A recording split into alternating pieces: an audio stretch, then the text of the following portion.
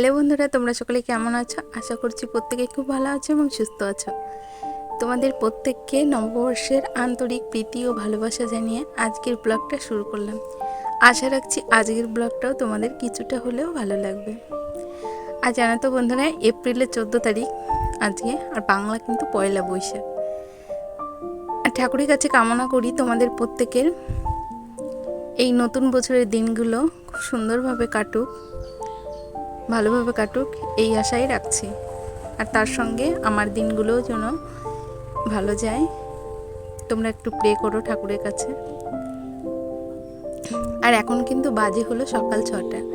দেখো, প্রথমে আমি বাসি নাইটিটা চেঞ্জ করে তারপরে ঘরের কাজে লেগে পড়েছি। আর এখন না আমি ওই বাসি ঘরটাই ঝাড় দিচ্ছি। আর এই দেখো, ঘরটা পুরোটা ঝাড় দেওয়া হয়ে গেছে, এখন বারান্দাটা ঝাড় দিয়ে নিচ্ছি।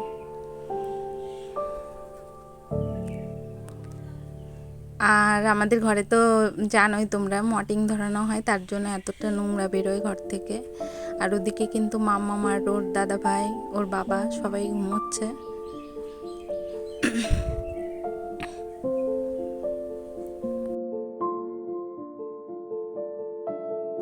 যেহেতু রাতে ঘুম পেয়েছিল, তার জন্য না ওভেনটা পরিষ্কার করা হয়েছিল না রাতে। আর দেখো, সকালবেলা উঠেই ওভেনটা পরিষ্কার করতে বসে গেছি। আর যেহেতু আমরা দেখবে মেয়েরা অন্তত মানে শুভ দিনগুলোতে কিন্তু ঘর দুয়ার পরিষ্কারটা একটু অন্যরকমভাবেই করি। যেমন আজকে পয়লা বৈশাখ, আমার কাছে কিন্তু এটা শুভ দিনের মতোই। যেহেতু আজকে একটা শুভ দিন, তাই ভাবলাম সার্ফ জল দিয়েই গ্যাস ওভেনটা ভালো করে মুছে নিলাম। তারপরে চলে যাব। আবার বলেছি, ওই ছেলের গাছ লাগানো আছে না, ওই গাছগুলো একদম শুকিয়ে পড়েছে, সেই গাছগুলোতে আবার জল দিতে হবে। কদিন ধরে দেওয়াই হচ্ছে না। আর এই চৈত্র মাসের টানে না গাছের শিকড়গুলো মানে টান ধরছে, আর তার সঙ্গে সঙ্গে গাছের পাতাগুলো কেমন নেতিয়ে পড়ছে, আর তার সঙ্গে ব্রাশটাও করে নিচ্ছে এই ফাঁকে। আর এই দেখো, গাছগুলোতে জল দিয়ে নিচ্ছে। আর ছেলের গাছ, ড্রাগনের গাছটা না অনেকটাই বড় হয়েছে, কিন্তু ফল যে কবে দেবে। আর বলেছিলাম না, ছেলের স্ট্রবেরি গাছ হয়েছে, মানে স্ট্রবেরি গাছের গাছগুলো আবার মরে গেছে। এখন আবার ছেলে মানে খুব ঘ্যান ঘ্যান করছে, কবে গাছ এনে দেবে, কবে গাছ এনে দেবে। দেখা যাক কবে এনে দিই। আর তারপরে আবার এই দেখো, এই কাছাকাছিগুলো করতে হবে, তাই এগুলো আবার বাইরে রেখে দিই, যেহেতু উঠানটায় জল দিয়ে ধুয়ে নেবো তো, তাই এগুলো বের করলাম। আর এদিকে আমার ঘরটাও মুছে দিয়ে গেছে, যে মুছে সে মুছে দিয়ে গেছে, তাই পা পোছটা দিয়ে দিলাম। দেখো, সানটা ধুয়ে নিচ্ছি, কবার যে জল দিলাম, প্রায় 5-6 বার জল দেওয়া হয়ে গেছে। আর এত জল চুষে নিচ্ছে, তার কি বলবো। ভেবেছিলাম যে স্নানটা করলে বুঝি কষ্টটা কম হবে, কিন্তু সত্যিও কষ্টটা একটু কম হয়েছে। মানে কাদাটা তো আর পাড়াতে হচ্ছে না, কিন্তু এতটা পরিমাণে জল লাগছে, আমার লেপতেও এত জল লাগতো না আগে। তা কী করবো বলো। তারপরে আবার দেওয়ার সঙ্গে সঙ্গে না আবার চুষেও নিচ্ছে জলটা। তা দেখো, পুরোটা যেটুকু পারলাম ধুয়ে নিলাম, আর এইটুকুও ধুয়ে নেব। তার মধ্যে আবার ওই সামনেটা একটু জল বেঁধেছিল, তাই আবার ওইখানটা একটু ঝাড় দিয়ে নিলাম। তোমরা দেখতে থাকো, আবার আসছি অন্য একটা কাজ নিয়ে। তারপর দেখো, এই যে আবার চলে আসলাম মেয়ের কিছু টয়লেটের এমনি যেগুলো সারাদিন পরে, তো সেগুলো আমি সকাল টাইমে কেচে নিই। এই দেখো, ওর জন্য এগুলো সার্ফ জল দিয়ে কেচে নিচ্ছে। তারপরে মামামও না এর মধ্যে উঠে গেছে, মামামকে একটু ফ্রেশ করে দিলাম, চোখ মুখ ধুয়ে দিয়েছি। তারপরে ওকে চোখ মুখ ধুয়ে একটু ভেবেছিলাম খাওয়াবো, তা ভাবলাম একটু পরেই খাওয়াই, স্নানটা করে নিই, তারপরে খাওয়াবো মামামকে। তোমরা দেখতে থাকো। তারপরে আবার একটু পরে আসছি, কাছাকাছিটা করে নিই, তারপরে আসতে আবার। আমার কাছাকাছি হয়ে গেছে, এখন কাঁথা মেয়ের জামা প্যান্টগুলো মেলে দিচ্ছি। আর এদিকে মামাও দেখলাম ওর বাবার সঙ্গে আর দাদার সঙ্গে ভালোই দুষ্টুমি করছে, যাও কান্নাকাটি করছে না, ওই জন্য একটু স্বস্তি পেয়ে মানে কাজগুলো আমি করতে পারছি। না হলে না প্রচণ্ড এই ব্যস্ততার সঙ্গে কাজগুলো করতে হয়। কি বলবো, কাজ করা দেখলে আরও বেশি দুষ্টুমি করে, আর আমাকেই না তখন ওর দরকার হয়। কিন্তু যেহেতু আজকে একটু মনটা ভালো আছে তার জন্য চুপচাপ যাও খেলা করছে। আর দেখো এগুলো মেলা হয়ে গেছে, তারপর চলে আসলাম মুরগিটা ছাড়তে। এই দেখো 3টে মুরগি আছে, কি বলবো।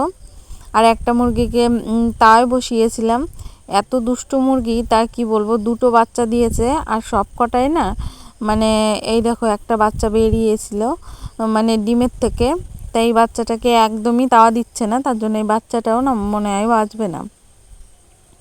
তা কী করবো, আবার রেখে দিলাম ওখানে। আর তারপরে চলে যাব স্নান করতে। এই দেখো চলে আসছি স্নান করতে, আর আজকে না মাথাটা ধুয়ে নিলাম। আর মাথাটা না ভেবেছিলাম 2 দিন আগেই ধোবো, কিন্তু ধোয়া হয়নি, একটু মানে কুড়েমি লাগছিল এই 2 দিন, তা আজকেই ধুয়ে পড়লাম মাথাটা।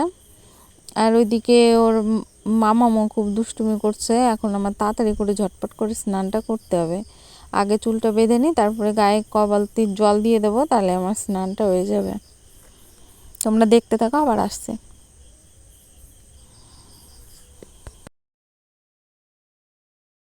বন্ধুরা আমার স্নানটা হয়ে গেছে, এখন পুজোটা সেরে নিই, তারপর আবার তোমাদের সঙ্গে কথা বলছে।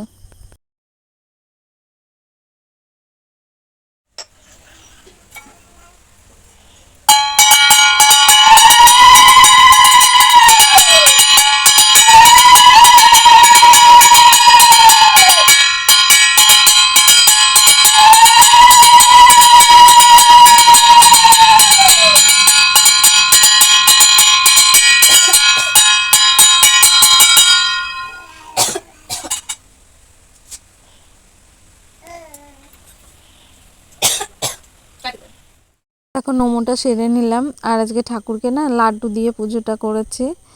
ফল আনার কথা বলেছিলাম, ওর বাবারও খেয়াল ছিল না, বাড়ি চলে আসছিল। তারপরে দেখো মামামকে ওর দাদা ভাই একটু কোলে নিয়েছে, দেখলাম আজকের দিনটা শুভ, খুবই সুন্দর একটা দিন। এই দিনে একটু আলতা সিঁদুর না পড়লে হয়, বছরের পয়লা দিন বলে কথা। তারপর দেখো আমার না মানে এই বিশেষ দিনগুলোতে মানে পুজো আশ্রা হলে আলতাটা না পড়লে আমার সত্যিই না কেমন যেন লাগে, তাই একটু পরে নিচ্ছি। আগে কিন্তু আমি একদমই আলতা পছন্দ করতাম না, বিয়ের আগে সত্যিকারেই আমার একটু ভালো লাগতো না, কিন্তু এখন না খুব পড়তে ইচ্ছা করে, কিন্তু সময় সুযোগে আমার পড়া হয় না।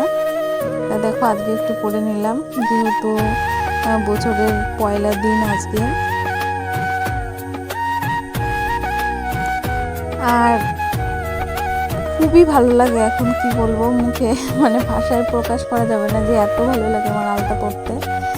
কিন্তু আমার না প্রচণ্ড পা ফাটে, তার জন্য আরও বিশেষ করে পড়া হয় না। তারপর দেখো চলে যাব আজকে, যেহেতু কি পয়লা বৈশাখ, তো রান্না বান্না তো একটু থাকবেই বলো। তা ওর বাবা চিকেন আনতে গেছে, মানে গেছে বাজারে, দেখা যাক কী আনে। আর এইদিকে না মামামের জন্য একটু খিচুড়িও বসাবো। আর এর মধ্যে ওরা ছেলে মানে বড় ছেলে আর আমার ছোট ছেলে দুজনা খেয়েছে জল দেওয়া ভাত, আর আমি মামামের জন্য একটু খিচুড়ি করবো, তার জন্য কেটে নিচ্ছে। এখন ওই 10:30 মতো বাজে, তাই এগুলো গুছিয়ে নিই, তাহলে ঝট করে ওর বাবা আসলে মানে মাংসটা পরিষ্কার করে না রান্না চাপিয়ে দিতে পারবো। তার জন্য দেখো রসুন, তারপরে এগুলো আলু সব কেটে নিলাম, হাতের একটু জলও নিয়ে নিয়েছি। আর এর মধ্যে দেখো বলতে বলতে ওর বাবার নাম করতে করতে ওর বাবা চলেও আসছে। এই দেখো বাড়িতে শুকনো লঙ্কা ছিল না, সেটাও এনেছে। আর এই যে মাংস এনেছে, মাটন এনেছে, খাসি এনেছে, এক কথায় কি বলবো। আর তার সঙ্গে এনেছে হলো আর ওর বাবা না এই কাজটা করবেই, মানে বছরের পয়লা হলে না মানে এই নববর্ষের দিন অন্তত কিছু না আনুক, শোল মাছ টানবে ওর বাবা, আর তার সঙ্গে খাসির মাংসটা। এটা অনেক দিন থেকেই এটা করে আসছে ওর বাবা, প্রত্যেকবারই খাসির মাংস আনে আর তার সঙ্গে শোল মাছ আনে। আর ওই দেখো ওটা তেল এনেছে, জানো তো, ওই তেলটা হলো কী মাছের বললো যেন, ভেটকি মাছের তেল এনেছে। আজকে ভেটকি মাছের তেলটা রান্না করব না, আজকে এই মাটনটাই করব, আর শোল মাছ দিয়ে কিছু একটা করব, দেখা যাক। আর ওর বাবা বলছে, যেহেতু বেলা হয়ে গেছে, তো ওর বাবা বলছে দাও আমরা দুজনাই পরিষ্কার করে নিই। কিন্তু ওর বাবার মুখটা তোমাদের দেখাতে পারলাম না, ওর বাবা না একদমই পছন্দ করে না ভিডিও করা, কিন্তু কি করব বলো, আমার একটা অনেক দিনের স্বপ্ন ছিল, তার জন্য আমি সেটা করে যাচ্ছি। ও আমাকে মাঝে মাঝে খুব রাগও করে এর জন্য, কিন্তু তবুও কী করবো বলো, ওর রাগ হলে তো হবে না। আমার মনের ইচ্ছাটা, স্বপ্নটা দেখে আমি পূরণ করতে পারি কিনা, তার জন্য আমি ভিডিওটা করছি। আর ও কিন্তু সত্যিই আমাকে প্রত্যেকটা কাজে হেল্প করে, মানে কি বলবো, সব কাজে, যে কোনো কাজেই ও আমাকে হেল্প করে। তার জন্য আমার খুবই ভালো লাগে যে না, পাশের মানুষটা তো আমার সঙ্গে আছে। আর থাকবে না বা কেন, আর তো পরিবারে কেউ নেই বলো ও ছাড়া। তারপর দেখো মশলাটাও করে নিলাম, আর নাইটিটা না আমি পরে নিয়েছি। আমি আর শাড়ি পরে থাকতে পারলাম না, শাড়ি পরে আমি একদমই কাজ করতে পারি না। তারপরে দেখো এইদিকে কিন্তু একটা তরকারি রান্না করা হয়ে গেছে। ওই যে বললাম না, শোল মাছ এনেছে, তাই দিয়ে একটা করেছে, তিতো শাক করেছে। কি সুন্দর যে কালার হয়েছে, কি বলবো, পরে দেখাচ্ছি তোমাদের। আর আগে খাসির মাংসটা রান্না হয়ে যাক, তারপর দেখাচ্ছি।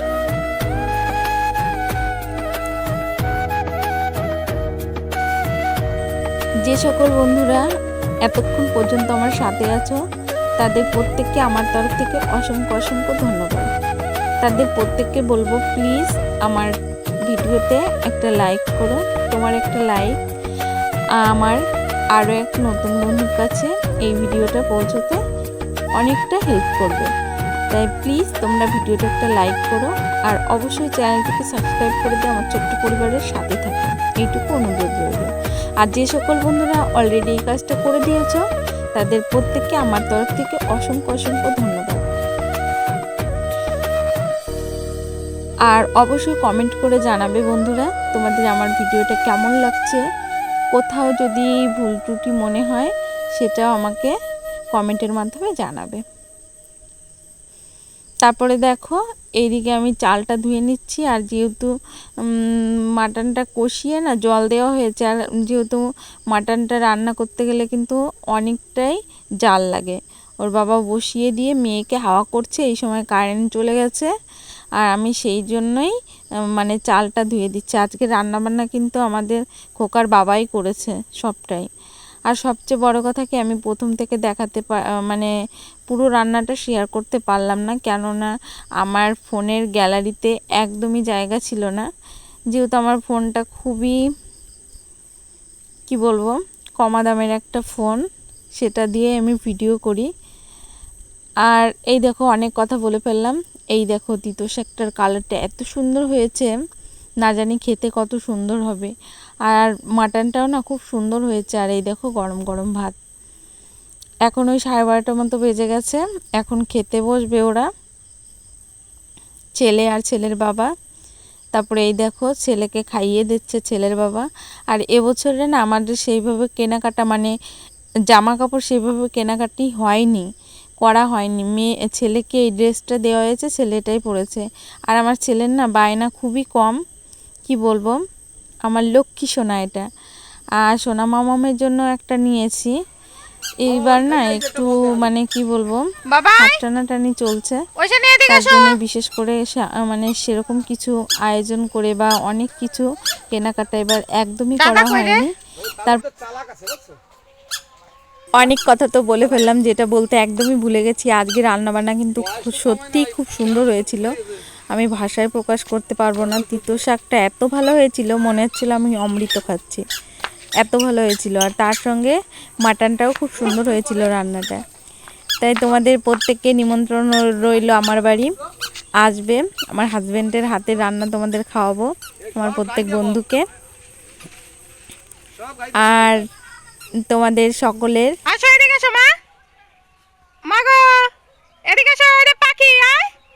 বছরের দিনগুলো খুব সুন্দরভাবে কাটুক, ঠাকুর কাছে এই প্রার্থনা করব। তোমরা প্রত্যেকেই ভালো থেকো, সুস্থ থেকো। আর দেখো আমার মাম্মাম আমার এই পাশে না বাচ্চারা খেলাধুলা করে, আর সেটাই দেখছিল মাম্মাম। তাই তোমরা প্রত্যেকেই সুস্থ থেকো, ভালো থেকো। টাটা জানিয়ে আমার ব্লগটা এখানেই রাখছি, আবার দেখা হবে নেক্সট কোনো ব্লগে। তোমরা সুস্থ থেকো, ভালো থেকো, টাটা। বল দেখে খেয়াল খালি মারিস না।